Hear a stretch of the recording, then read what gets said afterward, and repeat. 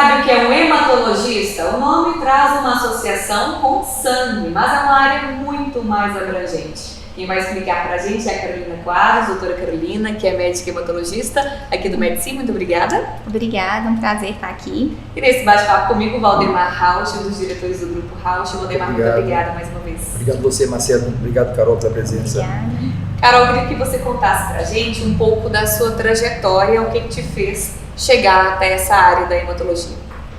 Então, eu tenho uma residência, né, em clínica médica, depois fiz minha residência em hematologia e hemoterapia no estado de São Paulo, fiz uma especialização na área também de hemoterapia, voltada para o banco de sangue, e iniciei meu mestrado, né, que ainda está em andamento, e agora dando início aos atendimentos aqui em Divinópolis, pelo Medicim.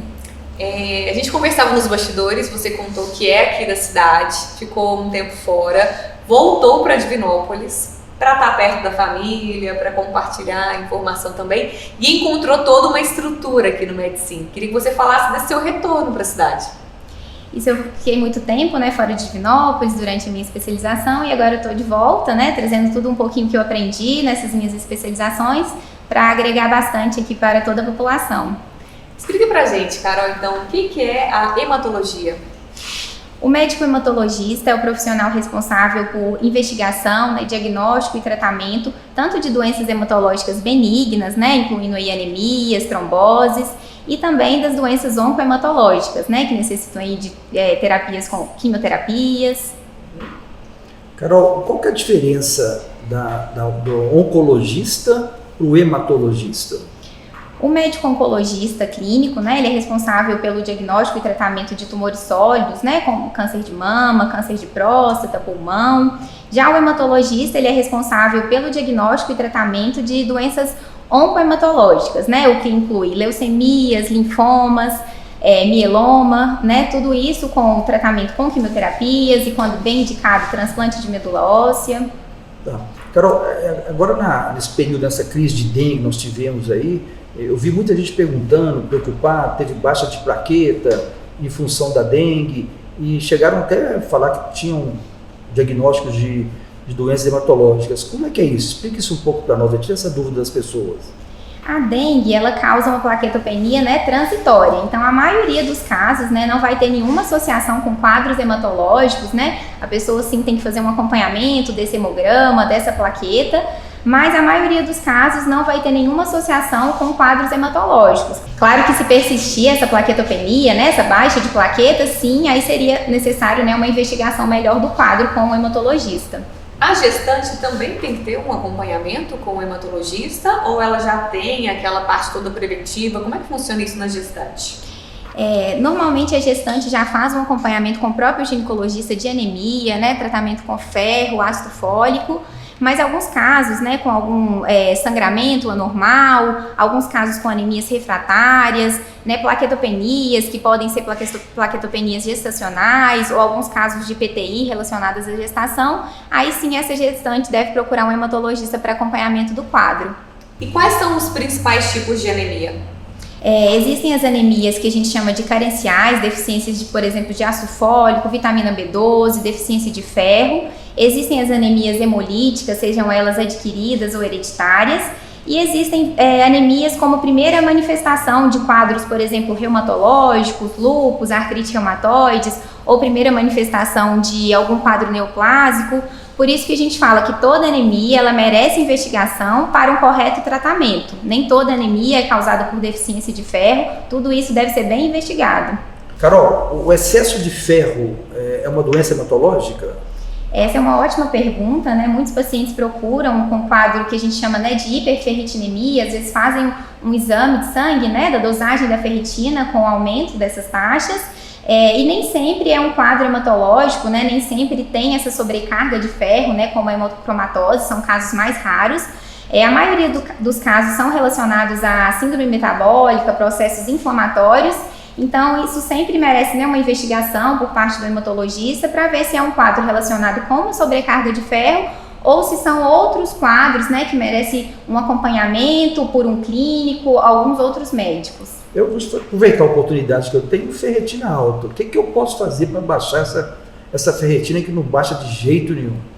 A primeira coisa é a gente realmente fazer esse diagnóstico, né? Por que essa ferritina está aumentada, né? Então, existem alguns exames que a gente faz para diferenciar justamente se existe uma sobrecarga de ferro ou se existe alguma outra causa, né, secundária para esse aumento da ferritina, né? Então, descobrindo algum, por exemplo, a pressão alta, o diabetes, uma esteatose, né? Existem várias medidas que podem, né, ajudar a baixar essa ferritina. Então, a esteatose é excesso de gordura no fígado, não é isso? Isso. Então, a esteatose pode provocar uma ferritina alta também? Pode. Todas, contribuir? o que a gente chama, né, de síndrome metabólica, colesterol alto, pressão alta, diabetes, todos esses fatores podem contribuir com o aumento da ferritina. Então, a gente realmente precisa investigar qual que é a causa dessa ferritina para a gente poder, né, indicar medidas que possam diminuir essa ferritina. A sangria é uma ação de redução de ferritina, assim, comum? A sangria ela é indicada nos casos que realmente há uma sobrecarga de ferro, né? Por isso, conforme eu falei, a gente precisa realmente fazer um diagnóstico, né? Se essa ferritina está relacionada à sobrecarga de ferro, né? Existem algumas doenças, né? Como a hemocromatose, que levam a essa sobrecarga de ferro. Somente nesses casos seria realmente indicado a sangria. Nos outros casos, seria indicado um tratamento específico, né? Por exemplo, um controle do diabetes, um emagrecimento, um controle de colesterol. Doutora, a palavra investigação, ela apareceu em vários momentos aqui. E realmente é um trabalho de investigação, de buscar, não chegar às vezes naquele primeiro diagnóstico. A sua área tem muito disso para a gente poder conseguir concluir mesmo o que o paciente tem? Sim, ela tem bastante, né? A gente fala que às vezes uma anemia, a própria trombose, às vezes é o primeiro sinal de alguma doença, né? Seja alguma doença mais grave, alguma doença neoplásica, alguma doença autoimune. Então, realmente, assim, na hematologia, né, a gente faz parte dessa investigação para um bom diagnóstico e acompanhamento desse paciente. Carol, o que provoca a trombose? A trombose, ela pode ser multifatorial, né? Depende do contexto que ocorreu essa trombose, né? A gente sabe que a coagulação altera com o avanço da idade, tem uma predisposição de tromboses com gestação, em pós-operatórios, em contextos de neoplasias. Alguns tipos de trombose merecem investigação pelo hematologista, né? Normalmente essas tromboses que ocorrem em idade jovem, menor que 50 anos, sem fator de risco, né? Fatores desencadeantes, né? Que não ocorrem no pós-operatório ou em contexto de neoplasias, em sítios atípicos, sejam tromboses abdominais ou tromboses em membros superiores, né? Essas tromboses merecem uma investigação pelo hematologista. O intuito aqui do quadro, proposto pela Medicine, é justamente trazer para as pessoas informação de qualidade e até entender se isso é verdade, se isso é uma fake news, que muitas informações circulam pela internet, né? Então, uma informação que a gente escuta das pessoas questionarem uma anemia pode virar uma leucemia? Tem alguma relação ou não? A anemia, né, como eu tinha falado, ela pode ser o primeiro sinal de alguma doença, né, oncohematológica, oncológica, mas a maioria, né, das anemias vão ser por causas benignas, sejam elas carenciais, anemias hemolíticas. Então, assim, não tem uma associação de anemia virar leucemia. Quando a gente tá um pouco abatido, nossa, tô cansada e tal, aí minha mãe fala assim pra mim, você não tá com anemia, não? É isso, a anemia? É um cansaço? O que seria um sintoma que a gente consegue trazer da anemia, assim? A anemia, realmente, assim, todos os pacientes relatam uma fadiga, uma astenia, às vezes dificuldade de realizar atividades, seja atividades físicas, atividades pessoais. E a própria ferropenia mesmo, as taxas de ferro baixas, né, ela também pode causar esses sintomas, mesmo sem já ser manifestada como anemia. E tem algum sintoma mais físico, mais visual, assim, nos olhos, alguma coisa, ou não? A maioria dos sintomas são como fadiga, astenias, dor em membros inferiores, um cansaço mesmo, dispneia, depende muito do grau dessa anemia, né, e também depende de como essa anemia foi instalada, se foi um episódio mais agudo, se foi mais prolongado, qual que é a idade desse paciente, se tem outras comorbidades associadas. Carol, o hematologista é uma especialidade difícil, né? Assim, não é uma coisa muito rotineira nossa, né? Normalmente a gente deve procurar após uma indicação de algum outro profissional, é isso? Tá certo? O ideal seria isso, né? Uma avaliação talvez por um clínico, algum médico que possa realmente encaminhar esse paciente, né? Às vezes tem algum diagnóstico, algum tratamento que consegue ser feito por outro especialista ou por algum generalista, né? Mas se sim, ele achar que merece uma investigação adicional, pode encaminhar esse paciente para uma avaliação com o hematologista. A gente não tem esse hábito, nossa, preciso visitar meu hematologista, né? Não tem. Geralmente as pessoas vão quando já estão com algum problema, mas alguns casos que genéticos têm que ser investigados na família, alguma coisa assim. Se eu tenho um irmão com uma leucemia, eu preciso fazer alguma coisa? Não tem assim, na parte da hematologia não tem um tipo de rastreio, né? Algumas anemias hemolíticas hereditárias, né? Algumas hemoglobinopatias, anemias falciformes, talassemias, tem essa questão genética, né? Que merece um acompanhamento, e alguns casos tem algumas alterações genéticas que predispõem alguns pacientes a ter casos de linfomas, de leucemia, mas não existe algum tipo assim de rastreio como é feito, por exemplo, com endoscopia, colonoscopia, dessa parte do trato gastrointestinal, ou seja, né, do acompanhamento do ginecologista com preventivos, dessa parte dos cânceres hematológicos não existe esse rastreio, né? Mas é sempre importante, assim, com alguma história familiar, um acompanhamento.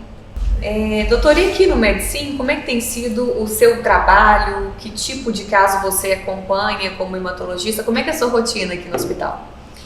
As principais queixas aqui, né, a principal alteração em exames laboratoriais tem sido anemias, né? Então todo esse processo de investigação, diagnóstico e tratamento desses quadros de anemias, investigação de quadro de trombose, e também acompanhamento e diagnóstico desses pacientes com quadros oncohematológicos, com quimioterapias endovenosas e orais.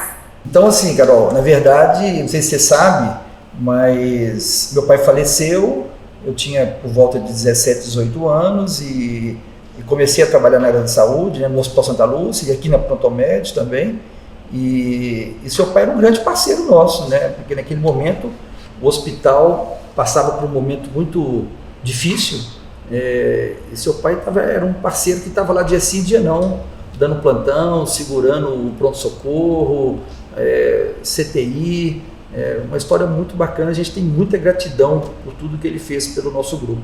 Mande um grande abraço para ele. Pode deixar, ele também é muito grato pela oportunidade do Santa Lúcia, sempre falou muito bem da experiência que ele teve, e agora eu estou aqui também para, né, ter essa oportunidade de trabalhar com vocês, e muito grata também. E que bom que ela voltou para Divinópolis também. Voltou para o nosso grupo, né? É um prazer estar aqui com vocês. Seguindo a trajetória. Muito obrigado, Carol. Tá certo. Carol, muito obrigada pela sua participação aqui no nosso vídeo, no nosso podcast, no nosso canal, né? Muito obrigada. Com certeza ajudou muitas pessoas que estão assistindo. Obrigada a vocês. Um abraço. Valdemar, obrigada pela parceria mais Obrigado uma vez. Obrigado a você, Marcela. E é isso aí. Você que acompanhou, gostou desse vídeo, compartilhe com algum amigo, com alguém que precisa saber mais sobre esses assuntos, sobre anemia, sobre leucemia, alguém que quer entender mais sobre a saúde no geral. Para você poder agendar uma consulta, é só baixar o aplicativo do Med-Sim do Hospital Dia ou entrar em contato por telefone. Vou passar aqui para você, 37 3511 3900. Até a próxima!